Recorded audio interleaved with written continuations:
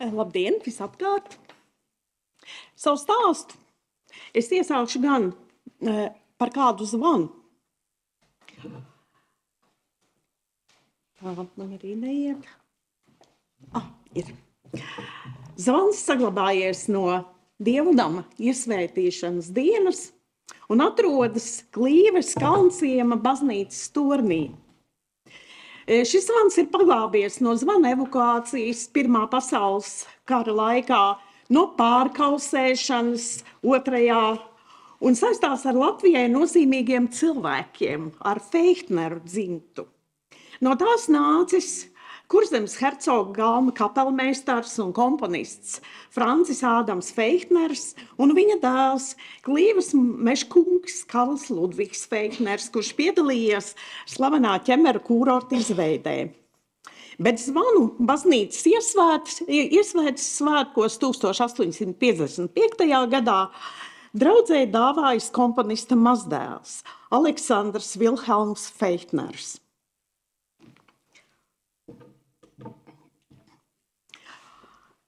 Kurzemē dzimtas aizsākumi saistās tieši ar mūziķi, ar Franci Ādamu Feichtneru, kuru kā galma kapelmeistaru darboties pieaicināja kroņprincis, toreiz vēl kroņprinča statusā, Pēteris Bīrons. Bīrons gan nebija liels mūzikas pazinējs, tomēr izcēlās ar mūzikas mīlestību un tiecās savās Kurzemes rezidencēs rādīt to labāko, kas tobrīd bija pieejams. Šeit jūs redzat fotogrāfiju, kādu portretu fotogrāfiju, kur oriģinālu man, diemžēl, neizdevās atrast. Arī internetā klīst, dažādās krātuvēs tā kā parādās, bet par oriģinālu nav, diemžēl, ziņu. Šī konkrētā fotoreprodukcija nāk no Karla Širrena biedrības arhīva Lineburgā.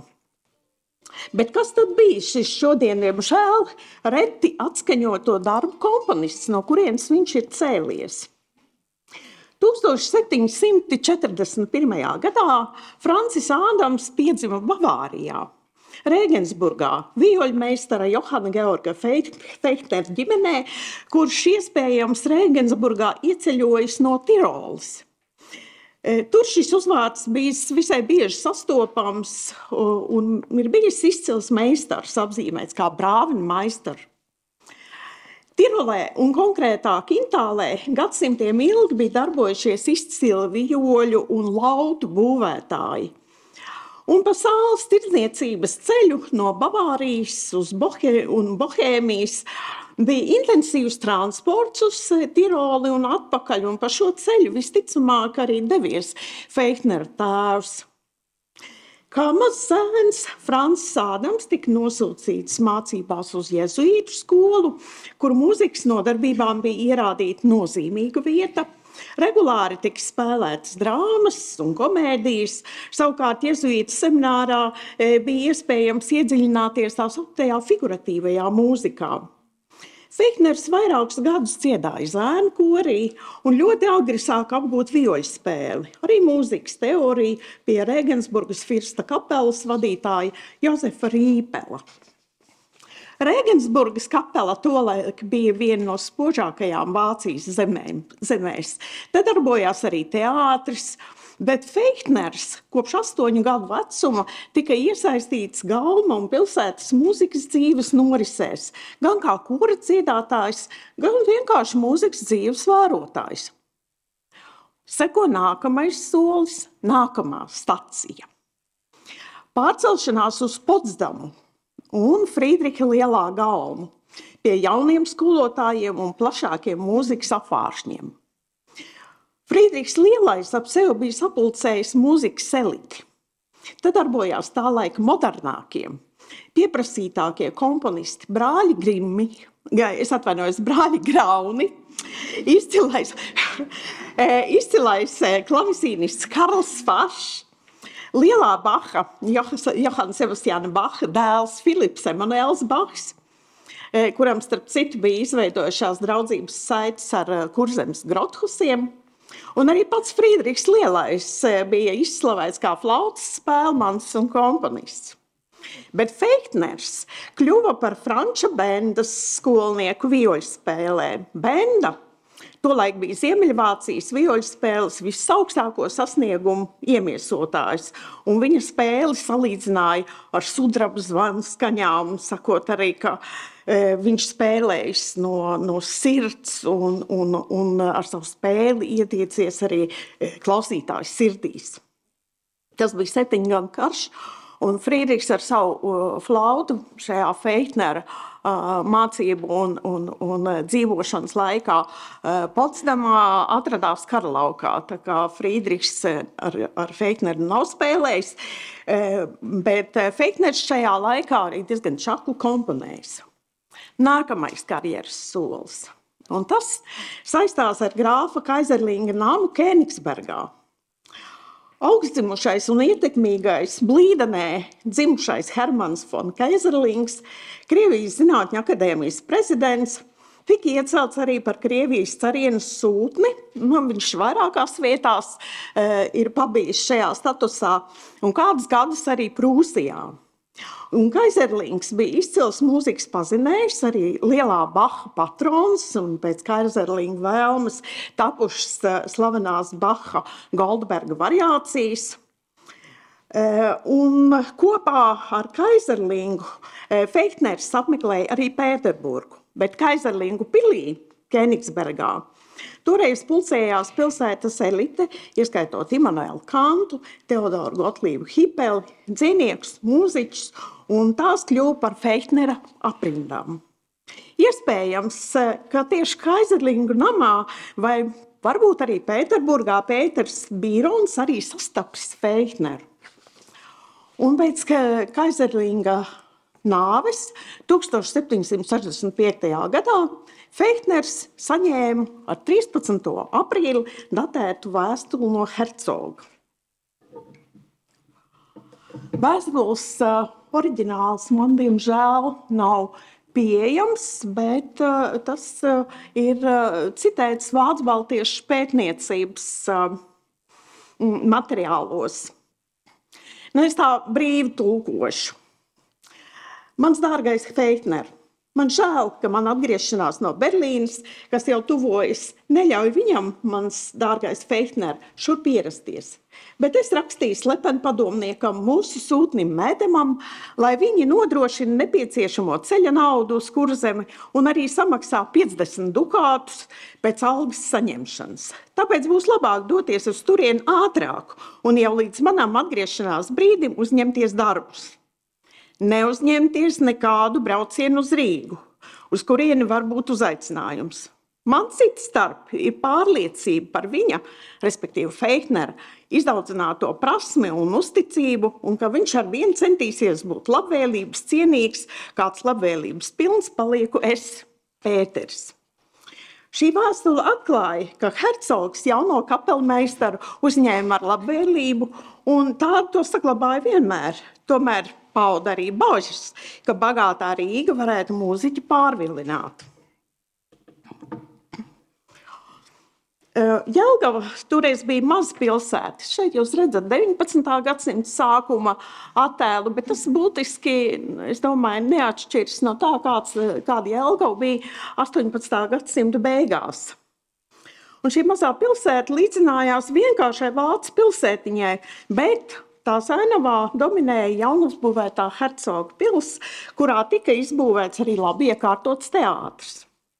Kapela, kuru Feichtneram vajadzēja vadīt, bija 15 līdz 20 cilvēku liels kamerorķestris, tātad neliels sastāvs. Aristokrātu sabiedrības dāmas un kungi uzvedumos piedalījās kā dziedātāji un dziedātājas. Un Feichtnera vadībā šis sastāvs piedzīvoja savu uzplaukumu.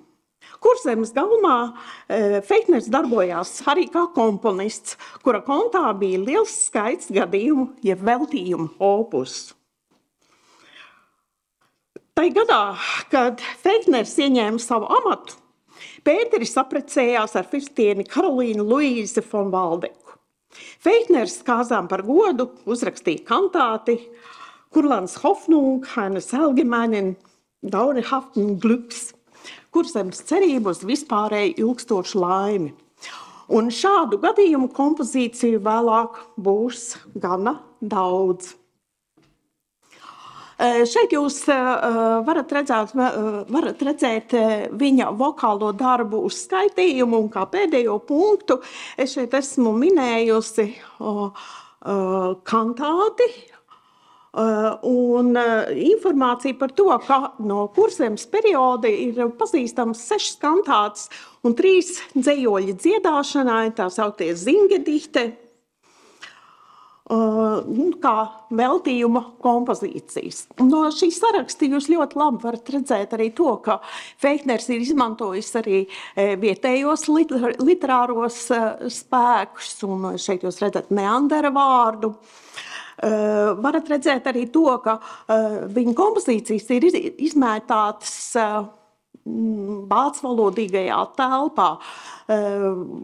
Ir atrodams gan Vīnē, gan Bonnā, gan izdots un atrodas arī Sanktpēterburgā un citur.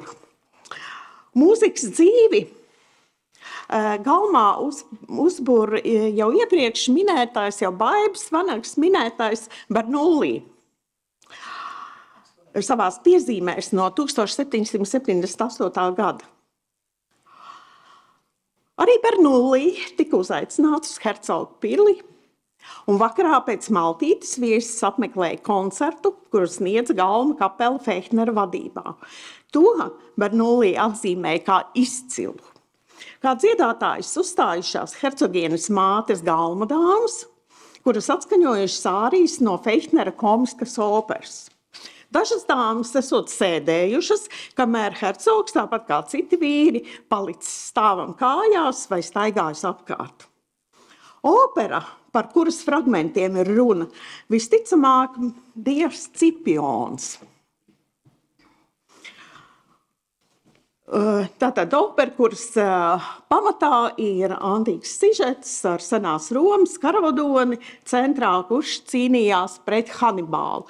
Bet kopumā līdz šodienai pie mums ir nonākušas 3 operas, pareizāk sakot, partitūras ir no 2 pēdējām, Kefāls un Prokrīda, Kīrs un Kasandana, savukārt Scipiona partitūru nav izdevies atrast. Toties diezgan bagātīgi ir atrodama gan Latvijas grāmatkrātuvēs, gan daudz kur citur tekstu grāmatiņas, respektīvi operu libreti, atsevišķi ārī teksti un tam līdzīgi.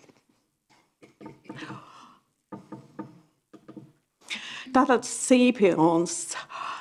Šeit mēs atkal sastopamies ar kurzemnieku Kristofa Friedricha Neandera tekstu. Un Neanders, jā, kā labi zināms, ir diezgan pamatīgi saistīts arī ar mūzikas lietām, proti ne tikai kā dažādu vokālu darbu tekstu autors, bet, piemēram, arī kā Kurzemes dziesmu grāmatas sastādītājs. Nākamā opera. 1779. gada 16. februārī notiek Feichtnera, Kefāla un Prokrīdas uzvedums arī ar antīku sižetu par Hermēna dēla un Erekteja skaistās meitas mīlestību. Stāsts ir par mīlētāju likteni, kad nepamatota greizsirdība noved pie posta un nāves. Šeit ir izmantots Ramlera teksts, tātad berlīniešu teksts. Arī teksts ir izdots Berlīnē. Un atkal vācu-baltiešu dižciltīgie iejutās operas dziesmu spēles varoņu tēlos. 1779. gads vispār ir īpašs.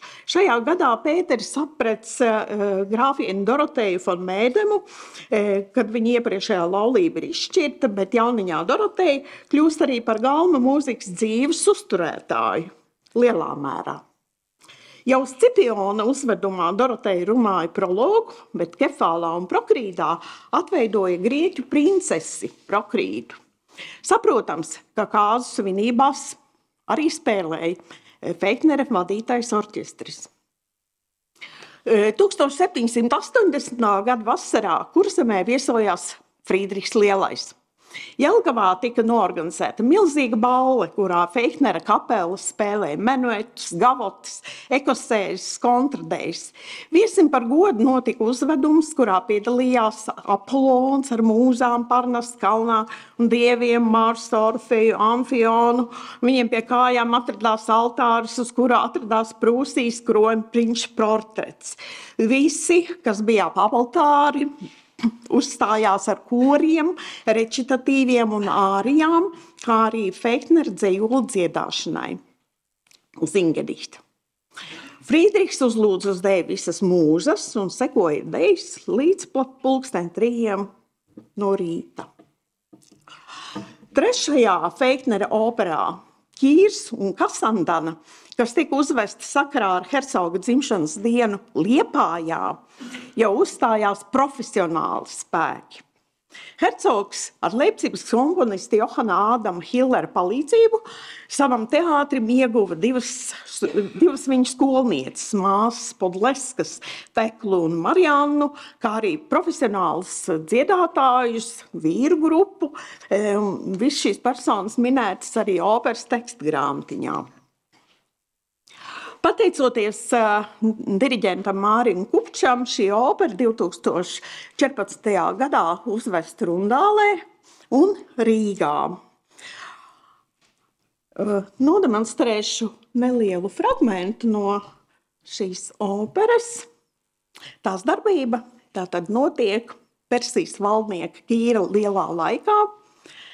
Kīrs Lielais bija senās Persijas valdnieks 6. gadsimtā priekš Kristus. Opera ir 2 cēlienos un vēsta par Persijas kroņprinča Kīra un augstdzimušas persietes Kasandanas mīlestību un šķēršļiem, kas jāpārvar.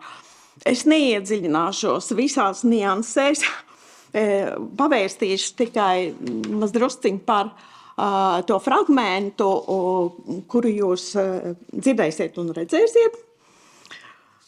Tātad Kasandana ir atgriezusies Ražas svētku dienā tēva mājās, kad tiek upurēts Urānijai un saules dievam Mitram.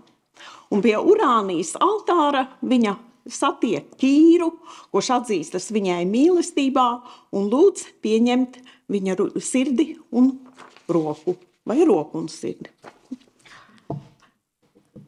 Tā.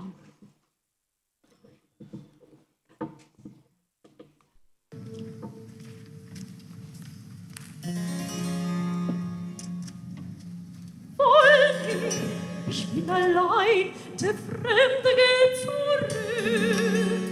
Vom blütigen Opfer hab ich mich mit Preis entfernt. Mein angenehmster Opferdienst ist dieser hier.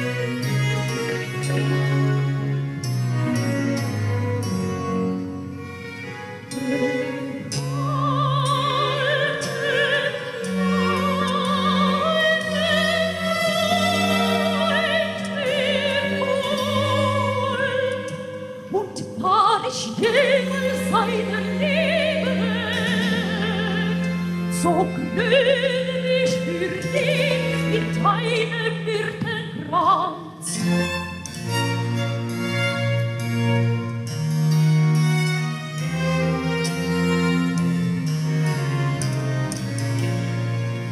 Gefällt ein anderer Name dir, soll beim Mund die Schwere nehmen, dass nicht die Welt besetzt.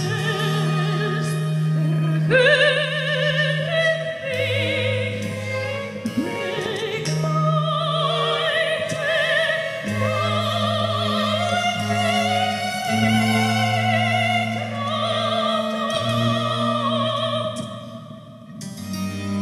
begleite deinen Schutz, der deiner Sonne gleicht, in allem so wie sie, entschweiend, so wie sie.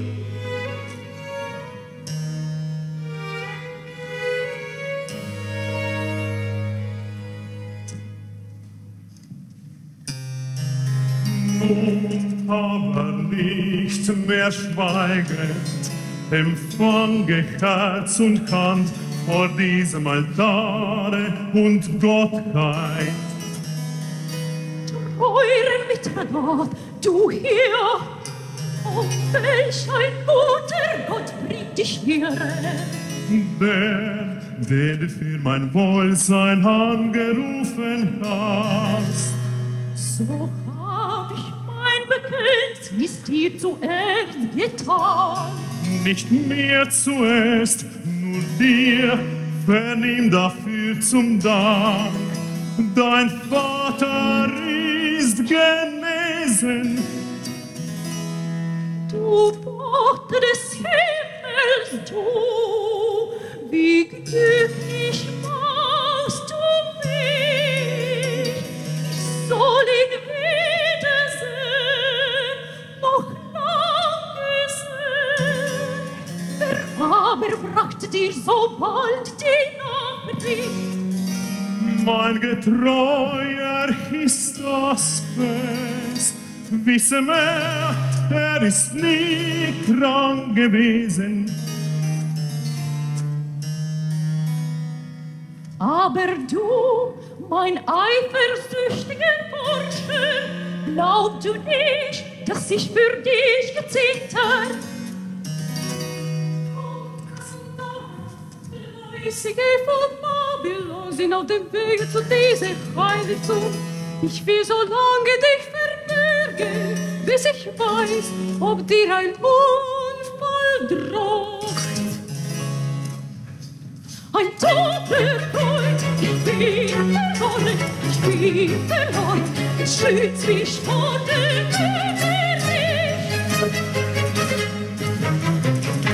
Geliebte, du bist nicht verloren. Du bist nicht verloren, dich schützt dein Freund, dein Mitgranat. Ein Doppelkreuz, Geliebte, ich bin verloren.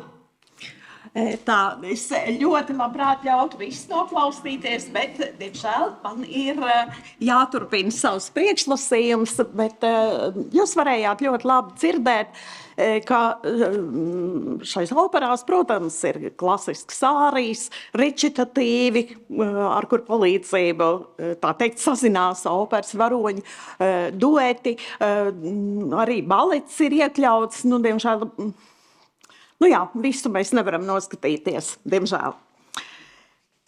Visādā ziņā pēc šī perioda 1784. gadā hercogu pāris devās ilgākā ceļojumā, un arī Feitners posās ceļā uz Itāliju, kur sniedza koncertus, par kuriem savā leksikonā raksta franču mūzikas vēsturnieks Fetis. Mākslinieks esot bijis atvaļinājumā un spodrinājis ar saviem koncertiem Milānas koncertciju, proti uzstājies ar milzīgiem panākumiem.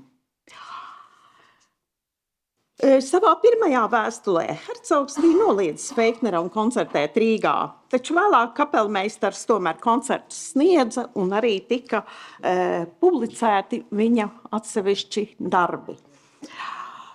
Jūs varējāt redzēt instrumentālās mūzikas devumu.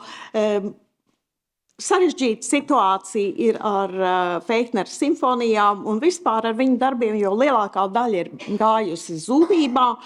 Un dažādos avotos tiek minēts atšķirīgs simfonijas skaits no 30 līdz pat 80, bet saglabājušās ir 5, tātad 4 simfonijas, kas izdotas Jelgavā, un tā sauktā Krievu simfonija, kā arī koncerti violei un orķestrim un vienkārši vioļu koncerts. Tātad arī pēc šīs saraksta var ļoti labi redzēt, ka darbi ir izkaisīti dažādās Eiropas krātuvēs. Līdzīgi ar kamermūziku, tātad diezgan daudz darbi, kas ir rakstīti gan trio, gan kvartetu sastāvam, ieskaitot arī 2 divertismentus šeit noslēgumā, kuri ir izdoti Amsterdamā un Berlīnē, gan bez datējuma. Un var redzēt arī nošu rakstu. Ir saglabājušās tikai dažas partijas. Vēl pāris vārdus par pašu mūziku. Proti, ka Feikners pats vislabāk pazina Berlīnas skolas komponistus un viņu mūziku, un partitūras vai to fragmenti rāda, ka Feiknera simfonijas pēc sava apjoma ir mazākas, īsākas nekā Vīnes klasiķu darbi.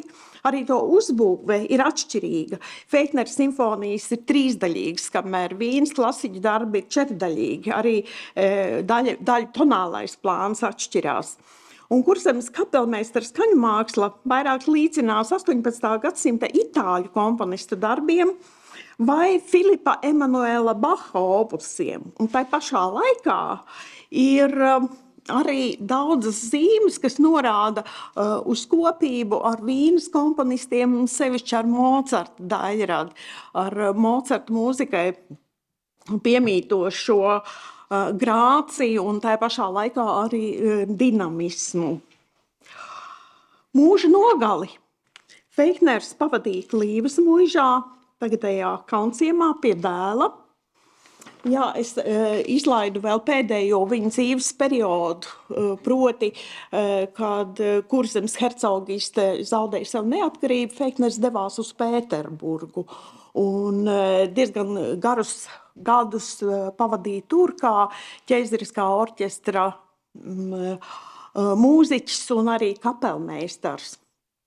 Bet mūža nogali pavadīja Klīvas mūžā pie dēla, upes tūmā, meža mierā un klusumā, un 1822. gadā šķīrās no šīs pasaules. Turpat Kaunciemā arī apglabāts Klīvē, taču viņa kapa vieta vēl jāmeklē, līdzīgi kā daudzie komponista darbi, to rokraksti, pilnās versijas, un te es gribētu pievienoties Kristīnas Zaļumas teiktajam, ka šī personība prasītu, ja ne mūža pētniecību, tad daļu mūža gan. Paldies par uzmanību.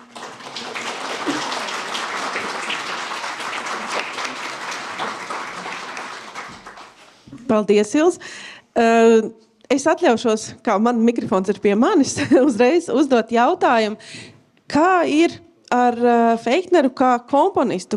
Tādā kontekstā, viņš ir labs vai viņš ir interesants tikai tāpēc, ka viņš mums ir Hercoga galmā strādājis, vai tomēr arī kā komponists un mūziķis ir nozīmīgs? Viņš ir gana nozīmīgs, līdzīgi kā citi Berlīnas skolas pārstāvi, viņa laika biedri. Viņš nav ne par kapeiku sliktāks par viņiem, par to pašu Filipu Emanuelu Bahu un citiem laika biedriem, bet visizcilākais viņš, protams, ir bijis kā violnieks. Tur, protams, savu roku ir pielicis gan viņa skolotājs Francis Benda, gan vispār tas, ka viņš ļoti, ļoti daudz uzstājās koncertos tieši kā solists un ne tikai kā kapelmeistars, proti diriģents. Jā, vienīgais ar nožēlu saistītais fakts ir tas, ka tiešām ir tik maz darbs saglabājušies, vai arī daļēji saglabājušies, teiksim, kaut kādas pāris partijas, pēc kurām īsti pat nevar darbu rekonstruēt. Bet operas, kas ir uzvestas arī Rundālē, 2 no operām šeit ir, tā teikt, restaurētas skaniski un apliecina ļoti lielu meistarību. Paldies, Ilze!